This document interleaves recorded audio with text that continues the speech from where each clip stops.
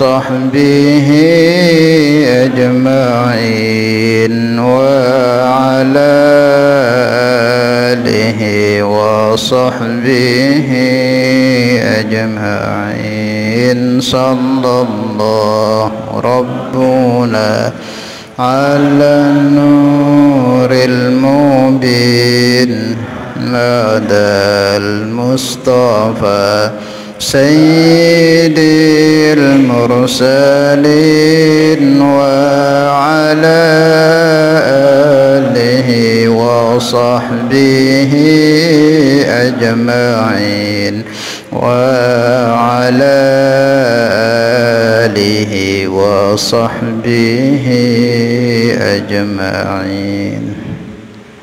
بسم الله الرحمن الرحيم. إلى حضرة النبي المصطفى سيدنا رسول الله صلى الله عليه وسلم وعلى آله وأزواجه وذرية الصحابة وأتباعه وإلى حضرة جميع إخوانه من الأنبياء والمرسلين والشهداء الصالحين أولياء المقربين علماء العاملين والمصنفين وجميع الملائكة المقربين وخصوصا إلى حضرة الشيخ الحبيب عثمان بن عبد الله بن عقيل بن يحيى رضي الله تعالى عنه. شاء لله لهم الفاتحة. بسم الله الرحمن الرحيم. الحمد لله رب العالمين الرحمن الرحيم مالك إياك نعبد وإياك نستعين اهدنا الصراط المستقيم صراط الذين أنعمت عليهم. Insyaallah malam ini kita lanjutkan bahasan kajian kita, kajian akidah seper 20. Kita masuk ke pembahasan selanjutnya, yaitu sifat alimun, sifat ma'nawiyah, yang sifat yang ke-16 daripada sifat 20 daripada sifat Allah yang wajib kita imani dengan tafsil. Yang baca dulu, alimun artinya yang mengetahui, maka mustahil yang jahil. Dalilnya yaitu dalil sifat ilmu adanya. Apa itu dalil sifat ilmu? Wallahu bikulli syai'in alim. Artinya bermula Allah Ta'ala dengan tiap-tiap sesuatu yang amat mengetahui.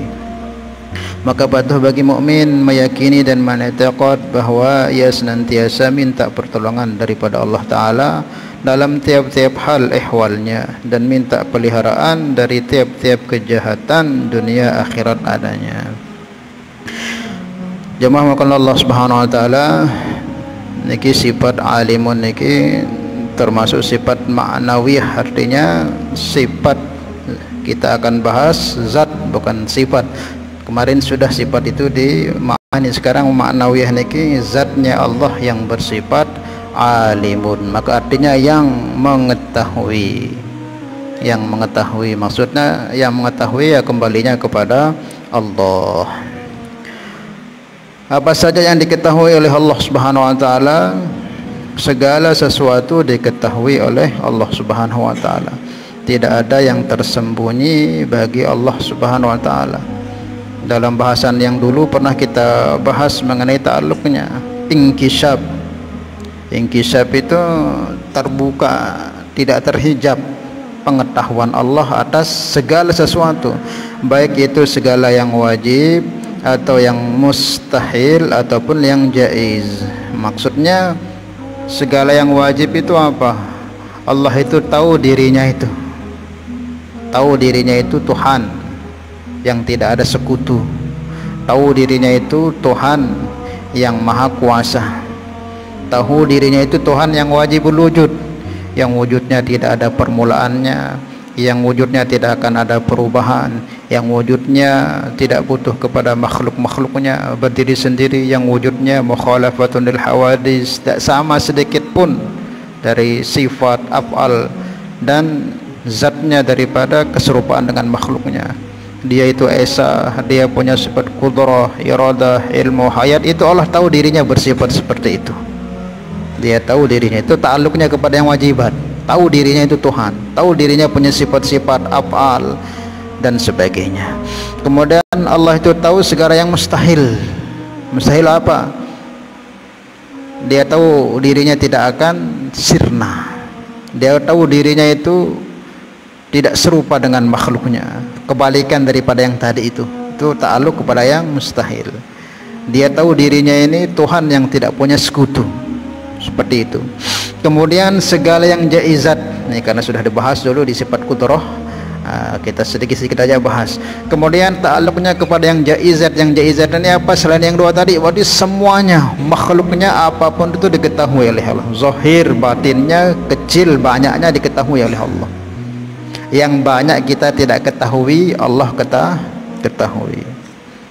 Maka dalam diri kita ini banyak perkara yang tidak kita ketahui, tapi Allah tahu. Maka Allah suruh kita wa fi anfusikum afala tubsirun. Kita melakukan dosa, kita yang melakukan dosa. Kalau kita tanya, fulan luwe lakukan deh perbuatan dosa, luwe karena dia ngelakukan dan dia bersaksi luwe dosa si ku gawe. Lagu lamun tak ketuan pira luwe nah. Tidak ku tahu. Dia akan jawab tidak tahu, padahal dia yang melakukan. Tapi Allah tahu berapa dosa yang dibuat oleh si fulan tersebut. Padahal kita sendiri yang melakukan, tapi kita tidak tahu berapa banyak dosa yang kita buat atau berapa banyak kebaikan yang kita buat. Allah tahu berapa banyak yang kita akan buat, bahkan sampai mati kita itu Allah tahu. Ini bangunan ini kan kita tahu bangunan terdiri daripada kerikil, pasir, semen dan sebagainya. Pasir. Nah Allah tahu dari jumlah semua bangunan ini yang dibuat dari bangunan masjid ini berapa pasir yang dipakai untuk membangun bangunan. Allah tahu berapa biji pasir yang sehingga menjadi bangunan ini. Allah tahu. Jadi tidak ada. Jangankan itu baru nampak kelihatan, yang gaib saja diketahui. Kita sama-sama duduk ngaji di sini ini, setiap pikiran kita, setiap apa yang ada di hati kita Allah tahu. Ini yang nampak ini aja Allah tahu. Kita ngaji ini Allah lihat satu persatu kita ini. Kemudian apa yang di pikiran kita ini, kita ngaji pikiran kita ada yang fokus, ada yang mungkin masih ingat tadi pekerjaannya, ada yang mungkin masih ingat tadi anaknya, ada yang mungkin ingat macam-macam lah. Nah setiap itu Allah tahu, bukan hanya yang zahir saja yang dalam pikiran kita, bahkan yang di hati kita ini Allah tahu. Ini setiap kita yang hadir di sini ini beda-beda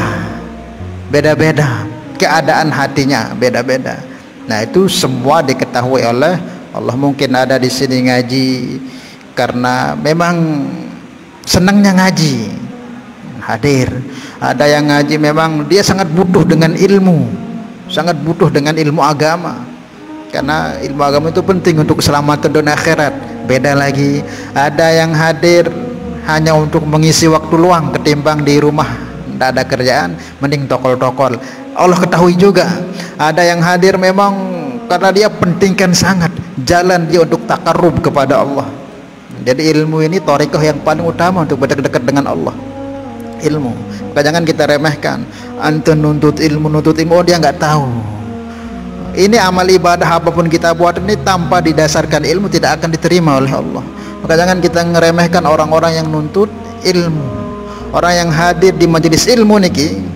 Sesaat kita duduk di majelis ilmu niki, dalam sebuah hadis disebutkan la antak dua bata'allama ayatan min kitabillah khairun laka min an tusalliya al barakaah. Kita duduk sebentar mengkaji satu ayat doang, satu ayat kita kaji dari kitab Allah, itu lebih baik, katanya bukan sama, lebih baik daripada sholat 100 rakaat. Sholat sunnah, ada yang kuat nggak sholat 100 rakaat sholat sunnah?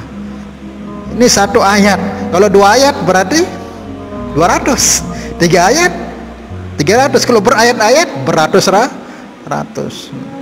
Kadang kita itu, makanya lanjutan hadisnya dulu yang lanjutkan. Kemudian kamu tidak berangkat pagi-pagi, fata'allama baban minal ilmi umila bihi aw lam yu'mal. Satu bab, mungkin sekarang kita bahas mengenai sifat aliman, sifat alimannya Allah, satu pembahasan lah kita, satu bab itu. Umila bihi aw lam yu'mal, kita amalkan atau tidak, kita praktekkan atau tidak. Khairun laka min an tusalliya al barakaah, itu jauh lebih baik sholat 1000 rakaat. Coba ayo, siapa yang kuat sholat 1000 rakaat? Siapa yang kuat? Ada? Apalagi kita sudah tua-tua ini, mau sholat 1000 rakaat. Tapi dengan kita duduk belajar ilmu agama satu bab saja jauh lebih baik daripada sholat 1000 rakaat. Maka jangan diremehkan untuk ilmu itu, jangan. Langkah-langkah kita ini mengampuni dosa kita, duduk kita paham tidak paham itu bernilai tinggi di hadapan Allah. Maka yang paling berat bagi setan itu menggoda orang-orang yang menuntut ilmu. Apa misalnya ya? Karena ilmu itu sifat Allah. Ilmu itu sifat Allah, al-alim, aliman. Maka orang kalau memiliki sifat Allah seperti itu, mulia dia di sisi Allah Subhanahu wa taala. Jadi semua diketahui, kembali ke pembahasan, semua diketahui oleh Allah, zahir batinnya, nampaknya diketahui oleh Allah, tidak ada yang tersembunyi. Kalau kita kan serba terbatas pengetahuan kita. Kita ini hakikatnya bodoh. Hakikatnya bodoh.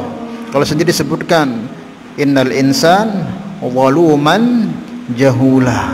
Sesungguhnya manusia ini jahil dan bodoh. Waluman jahula. Suka zalim kepada dirinya sendiri. Kita tahu kan namanya kemaksiatan ini arahnya kemana kemaksiatan? Ke surga atau ke neraka? Maksiat yang kita buat ini arahnya kemana? Surga, neraka? Hah? Neraka. Arahnya kemaksiatan yang kita buat nih murka Allah atau ridha Allah? Murka Allah. Tapi kadang iya senang tegawe maksiat nih, senang tegibah dengan, senang tertolong latih dengan, senang teriri dengan, senang terpandang dengan pandangan rendah, senang terdendam dengan, senang terambil barang orang, macam-macam lah. Kadang senang berzina, senang ini namanya kan perkara-perkara yang datangkan murka Allah, yang merujukannya ke neraka. Tapi kenapa kok kita kerjakan yang demikian tersebut? Nah, seperti itulah.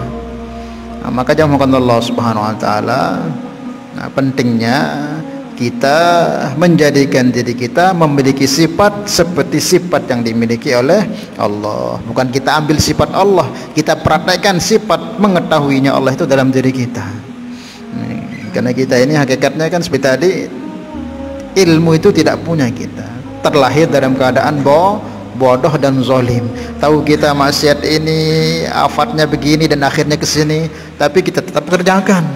Dan kita tahu itu, maka itu disebut kita zalim, suka zalim kepada diri kita sendiri. Kita tahu maksiat itu akan datangkan muka Allah, dan muka Allah akhirnya ke neraka. Tetap kita kerjakan, tetap kita buat. Kita tahu kebaikan itu menghasilkan ridha Allah dan ke surga. Kadang malas-malasan kita buat. Itu namanya kita zalim terhadap diri kita.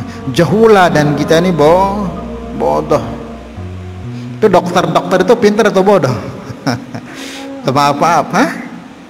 Pintar atau bodoh dokter itu? Hah? Pintar. Nah, kalau bodoh di rumah sakit, datang ke rumah sakit, ya beketuan atau enggak? Hah? Nah, menunjukkan dia itu tidak pintar. Kita datang ke rumah sakit, datang lah itu, dan bawa langsung ke dokter, si dia demam, ini enggak beketuan, sakit apa sih deh? Menunjukkan dia tidak tahu. Selepas kita beritahukan diare, itu pun tidak cukup, mulai pirang dan diare. Nah, menunjukkan sebenarnya hakikatnya kita semua ini tidak bisa apa-apa. Kita ini bisa karena dibisakan oleh Allah. Maka disebutkan yang sering yang jadikan dalil dalam Al-Quran, Allah firmankan, huwallazi akhrajakum min butuni ummahatikum la ta'lamuna syai'ah, kata Allah. Dia zat yang mengeluarkan kalian dari perut-perut ibu-ibu kalian, la ta'lamuna, tidak mengetahui sedikit pun syai'ah, sesuatu. Itu keadaan hakikat kita. Makanya kalau kita bisa nyadar akan perkara ini, maka betul-betul kita berhajat betul kepada Allah Subhanahu wa taala. Kita tidak bisa apa-apa sekarang, kita bisa menunjukkan bahwa Allah yang telah memberi kita ilmu. Kita paham ini, insya Allah apapun yang Allah berikan kepada kita atas pengetahuan kita ini, kita jadi pejabat misalnya, kita jadi mardar atau orang yang banyak harta misalnya, kita jadi ustadz atau kita jadi macam-macam, maka kalau kita ngerti perkara ini tidak akan membawa kita menjadi takabur dan sombong. Aku bisa seperti ini, aku bisa sampai ke posisi ini, aku bisa begini. Hakikatnya adalah karena diberi pengetahuan oleh Allah yang titipkan aku ilmu, sehingga dengan ilmu itu aku berusaha sehingga Allah jadikan aku seperti ini. Nah, kalau orang sadar perkara ini mengenai sifat alimnya Allah yang mengetahui dirinya tidak bisa apa-apa, itu semua karena anugerah Allah Subhanahu wa taala, maka dia akan tata hatinya. Jadi pejabat tidak akan menjadi pejabat yang sombong. Orang kaya tidak jadi orang kaya yang sombong. Orang berilmu tidak akan menjadi orang berilmu yang sombong, karena itu semua adalah pemberian karena kasih sayang Allah Subhanahu wa taala. Wallahu a'lam bishawab. Kemudian maka mustahil yang jahil, maka mustahil Allah itu jahil. Kalau Allah itu jahil, tidak akan ada kita di dunia ini, tidak akan berdiri alam semesta ini, tidak ada surga neraka, itu enggak ada. Orang yang akan bisa membuat sesuatu yang luar biasa itu mesti orangnya itu pinter, cerdas. Tidak ada orang yang bodoh bisa bangun perumahan yang begitu hebat. Orang bodoh itu apa? Namanya orang bodoh itu disuruh jok barat timu aningna, disuruh tokol nganjang, nama orang bodoh. Disuruh tidur main-main, dia itu orang bodoh itu. Maka orang seperti itu yang tidak akan bisa berbuat apa-apa itu. Bisanya apa? Nyusahin. Nah, mustahil ke Allah seperti itu, mustahil, karena alam semesta sudah dibangun begitu indah. Diri kita ini, tengok di diri kita ini berapa banyak manusia di dunia ini, begitu banyak miliaran lebih, triliunan lebih jumlah manusia. Dari semua manusia, tengok ada nggak yang sama? Ada yang nggak sama? Ngene lu manusia dalam terperiksa denaras apa ada? Dakan gempe lu manusia periksa arah doang atau beda nih? Arah doang atau beda nih? Walaupun mungkin secara sekilas dari agak jauh kita lihat sama ini, tapi kalau kita ketik ada aja tempat bedanya. Itu kehebatan Allah Subhanahu wa taala. Maka hadirin bukan Allah Subhanahu wa taala, itulah Allah Subhanahu wa taala Maha yang mengetahui segala-galanya. Kan Allah sudah menciptakan segala-galanya dengan begitu indah, teratur, menunjukkan yang menciptakan ini Maha mengetahui, Maha berilmu, Maha pintar, Maha cerdas. Dia yang menciptakan banyak daripada hamba-hambanya yang begitu cerdas. Kemarin yang pengajian di Masjid Mondong membahas tentang sifat batinahnya Allah. Nah, ini masih banyak kita ini belum kita bahas masalah pembahasan mengenai sifat Nabi dan Rasul. Kalau di Telaga sudah hantam, di pantai sudah hantam, di masjid hampir sebentar. Nah, di sini masih banyak, insyaallah ya, sabar insyaallah. Nah, sifat batinahnya Allah kemarin kita bahas bagaimana kecerdasan yang mulia baginda Mustafa. Jangankan nabi-nabi yang selain beliau, yang bawah derajatnya di bawah Nabi Muhammad, jangankan para nabi, para orang-orang yang di bawah para nabi, para ulama-ulama kita yang begitu cerdas, begitu hebatnya. Imam Syafi'i ini menghafal Al-Quran umur belum sampai umur 10 tahun, baru umur 6 tahun 7 tahun sudah hafal Al-Quran.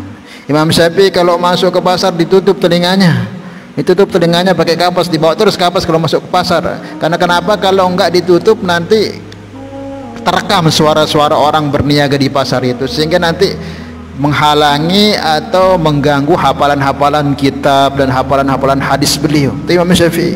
Itu baru umatnya Nabi Muhammad, belum setingkat sahabat, belum lagi tabi'in, belum lagi nabinya dan Nabi Muhammad. Itu baru umatnya begitu cerdas, belum nabi-nabinya, belum Nabi Muhammad, apalagi Allah. Imam Abu Hanifah cerdasnya luar biasa, membantah dalil-dalil hujahnya orang-orang ateis yang mengatakan tidak ada Tuhan, dunia ini wujud sendiri. Begitu cerdasnya, dengan akal logik mampu membantah paham-paham orang-orang ateis yang mengatakan dunia ini wujud sendiri, tidak ada Tuhan yang menciptakan apa-apa, yang dia ada sendiri. Dikalahkan dengan kecerdasannya. Itu hamba-hambanya Allah, itu umatnya Nabi Muhammad, itu bukan nabi. Begitu cerdasnya. Siapa yang ciptakan itu? Allah. Maka bagaimana dengan Allah sendiri yang menjadikan seperti itu? Maka mustahil Allah itu jahil, bodoh, enggak diterima akal kita kok Allah itu bodoh. Itu nggak akan wujud dalam semesta ini, nggak akan ada orang-orang cerdas-cerdas kayak begitu. maka mustahil ditolak akal kita.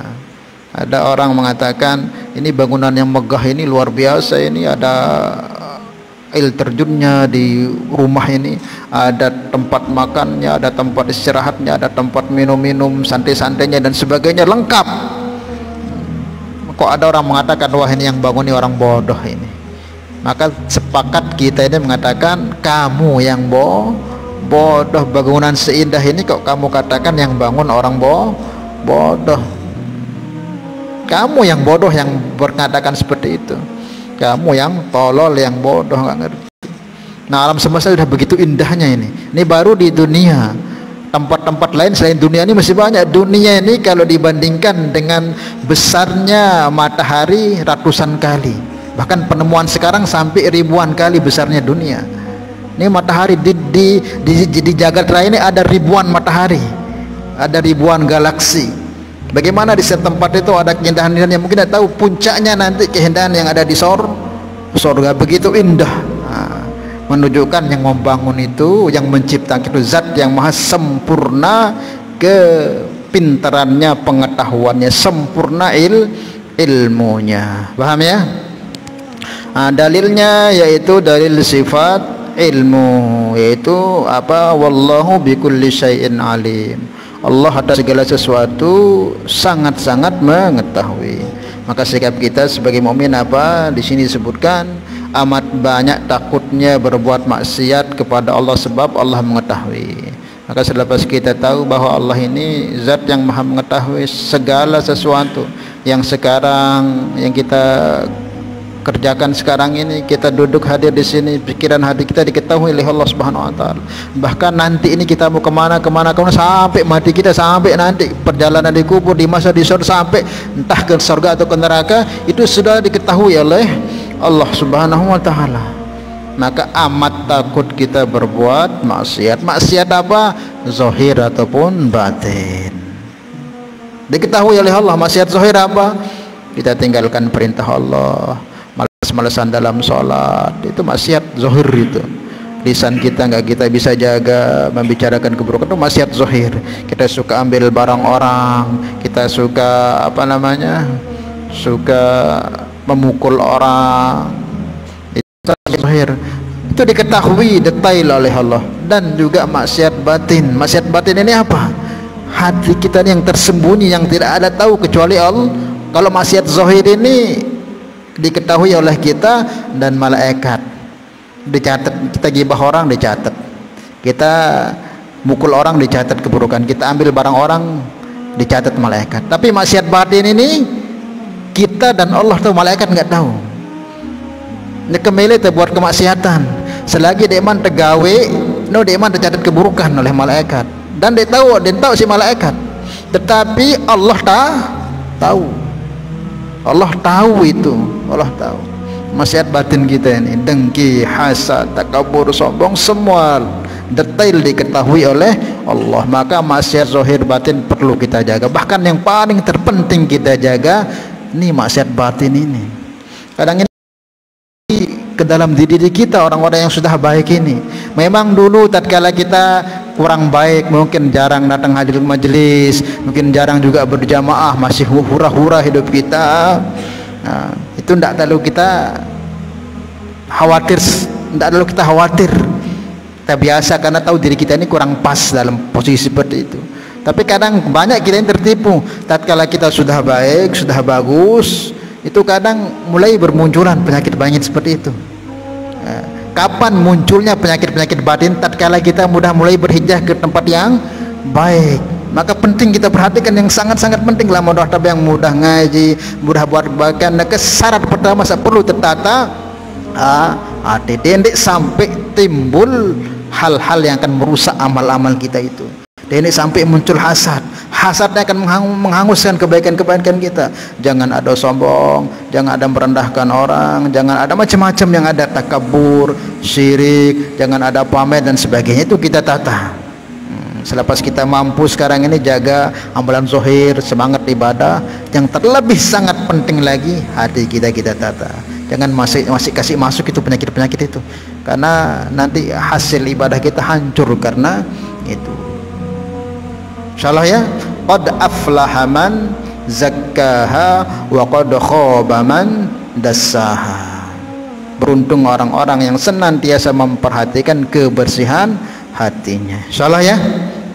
Nah, makanya ada ulama katakan ada nurul Islam, ada nurul iman, ada nurul ihsan. Kalau nurul Islam niki kita sibukkan diri kita dengan amal-amal nih, salat, ngaji. Maka kalau kita mau masukkan nurul iman ini, maka kita perbaiki akhlak kita perbaiki. Lama tuah karangane, maka kurangi wah neke yang kemaksiatan yang zohir, dalam artian denek terlalu banyak bicara yang tidak bermanfaat, atau bergaul dengan orang-orang yang kurang pas, atau pekerjaan-pekerjaan yang di sana ada syubhat dan sebagainya. Mari kita akan masuk ke nurul iman. Sudah bagus amalan kita, sering ngaji, terus jaga pergaulan bukan karena kita merasa baik, enggak, kita jaga karena kita ini enggak kuat. Nanti kalau ke situ lagi lali lagi, maksiat lagi. Kita jaganya seperti itu, niat diri kita, bukan kita merasa baik. Oh, aku enggak mau bergaul dengan mereka karena mereka orang kurang ajar. Oh, jangan begitu. Kita kembalikan ke diri kita yang buruk itu. Saya bergaul di sana nanti karena saya lemah, saya banyak lalai, nanti takut yang itu tambah lalai lagi gara-gara saya. Itu bagus itu. Nah, itu masuk kita ke nurul iman. Nah, untuk nurul ihsan ada tetap yang penglihatan kedekatan dengan Allah itu apa kita perlu jaga? Setelah kita jaga ini, jaga akhlak kita, kemudian tata hati kita. Dendek beng penyakit utama. Nah, lamun terjaga bagus ibadah te, akhlak zahir te bagus, terus atin tembung terjaga, insyaallah itu nurul ihsan, cahaya ma'rifat itu akan dikasih oleh Allah. Apa itu cahaya ma'rifat? Merasa dekat dengan Allah Ta'ala, merasa nyaman dengan Allah Ta'ala. Apapun keadaan tenang, kita kadang diberi kita sesuatu yang tidak akan diberikan kepada sembarang orang. Paham ya? Nah, kalau kita mau ke derajat nurul ihsan ini, derajat tertinggi dalam agama kita ini, selepas Islam, iman dan ihsan, maka caranya apa? Selepas kita jaga ibadah dengan benar sungguh-sungguh, jaga ngaji, jaga berjamaah, jaga wirid, kemudian jaga akhlak, jangan lagi suka yang macam-macam itu, kurangi, bahkan tinggalkan. Kemudian yang terakhir hati ini akan membuka, karena pintu cahaya untuk ma'rifat nih hati, jaga itu, jauh dari segala yang hal-hal yang tidak baik. Maka insya Allah kita akan rasakan ternyata beragama itu betul-betul nikmat. Ternyata dekat dengan Allah itu betul-betul nikmat yang tidak akan dapat dibayangkan, melebihi yang dimiliki oleh orang kaya itu. Kenapa sekarang kita ini belum merasakan? Karena itu masih ada penghijab nasi diri itu tidak terasa nikmat dalam mentaati Allah Subhanahu wa Ta'ala. Maka kita tinggalkan segala bentuk kemaksiatan zahir batinnya, karena semua diketahui oleh yang zahir kita, diketahui oleh Allah, yang batin pun diketahui oleh Allah. Kemudian juga di sini disebutkan yang diantaranya juga dengan senantiasa kita minta pertolongan daripada Allah Subhanahu wa Ta'ala, minta pertolongan kepada Allah Subhanahu wa Ta'ala dari tiap-tiap hal dan ihwal. Nah, karena kita enggak tahu ke depan itu yang terjadi pada diri kita itu enggak tahu. Wa ma tadri nafsum madza taksibu ghadan wa ma tadri nafsum bi ardin tamut. Depan besok itu, jangankan besok, ini nanti selepas ngaji atau sedetik selepas itu kita enggak tahu apa yang terjadi. Maka kita mau minta mohon kepada Allah, ya Allah bimbing hamba terus ke dalam jalan-jalan petunjuk-Mu, karena Allah itu zat yang maha mengetahui. Maka kita senantiasa mohon kepada Allah, ya Allah bimbingan-Mu yang kami harapkan ya Allah, karena Allah tahu ke depan itu apa yang akan terjadi. Maka kita mohon kepada Allah supaya jalan-jalan hidup kita ini terus sampai mati kita dalam keadaan bimbingan Allah sampai mendapat husnul khatimah. Kalau sering kita minta gitu, nanti dibimbing kita oleh Allah. Nggak ada yang tahu kan, nanti selepas ngaji ini kita nggak tahu apa yang akan terjadi. Bisa jadi kita aman-aman saja, bisa jadi kita kena musibah, bisa jadi kita mati, bisa jadi kita akan sakit, bisa jadi itu semua tak ada yang tahu. Bi'ilmillah itu. Maka kita minta kepada Allah, kami berikan ya Allah langkah-langkah terbaik, terutama yang kaitan tentang agama kita. Kalau masalah fisik, masalah dunia ini penting juga, tapi yang sangat penting itu agama. Lamun tenaga ngaji ulik-ulik mungkin mau musibah ini menyusahkan, tapi kecil. Tapi kalau ini tengah haji jemaah tiba-tiba telang, angen, kesenangan, semangat ngaji. Ini musibah yang paling besar itu. Musibah yang paling terbesar yang dialami oleh seorang hamba Allah itu apa?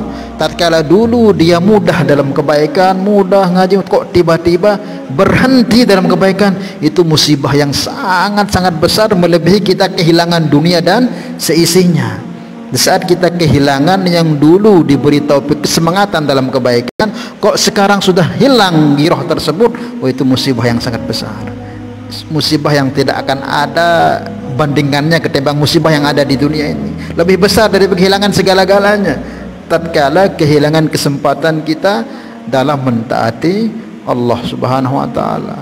Paham ya? Nah, maka dari itu kita ini enggak tahu yang terjadi di depan, tetap minta khususnya dalam masalah agama kita.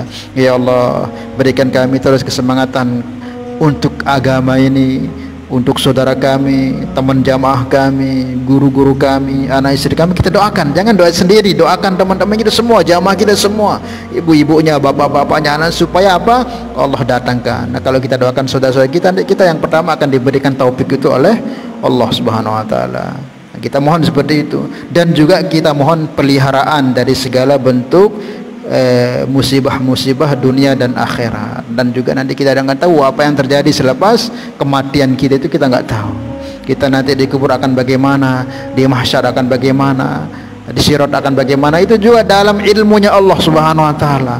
Maka bagaimana caranya, dan itu dalam pengetahuan Allah Subhanahu wa taala. Maka bagaimana caranya? Ya tentu kita banyak mohon kepada Allah. Mohon supaya Allah Subhanahu wa taala senantiasa berikan kita petunjuk ke jalan keselamatan baik dunia dan akhirat. Wallahu a'lam bishawab. Sebelum kita lanjutkan, mungkin ada yang mau ditanyakan? Nggih.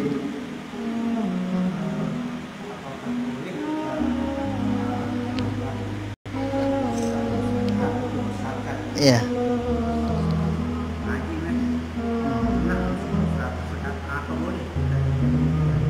Maksudnya ngaji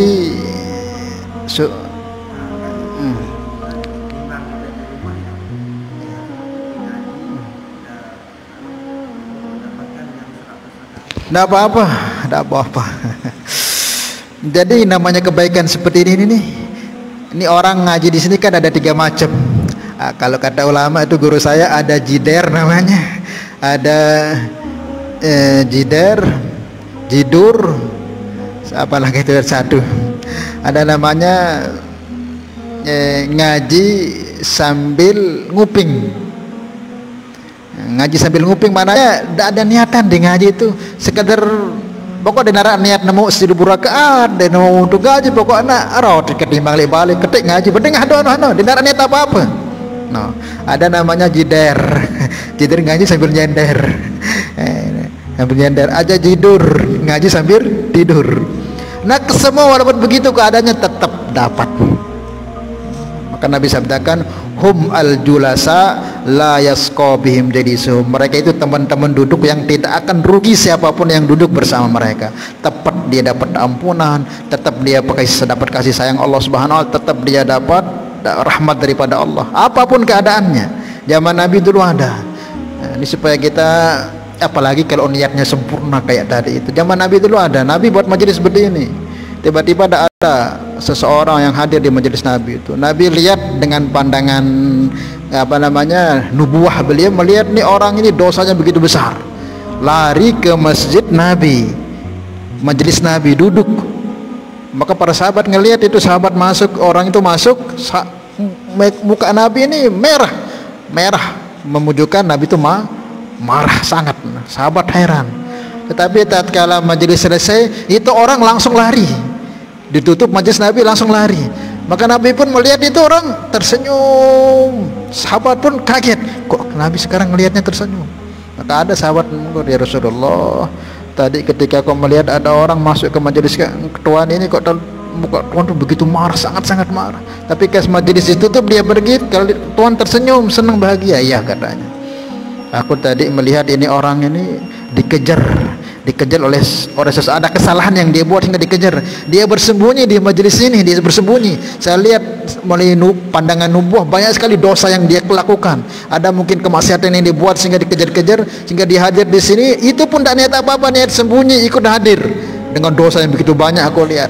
Tapi tatkala masih ditutup, dia keluar, ternyata dosa-dosa yang begitu banyak itu diampuni. Oleh makanya aku tersenyum ngelihatnya. Itu orang nggak ada niat datang di majelis, hanya sekedar duduk, itu pun dikejar-kejar dalam membawa dosa yang begitu besar. Terus dia keluar itu, Nabi senyum. Kenapa senyum? Dosanya pun ikut diampuni.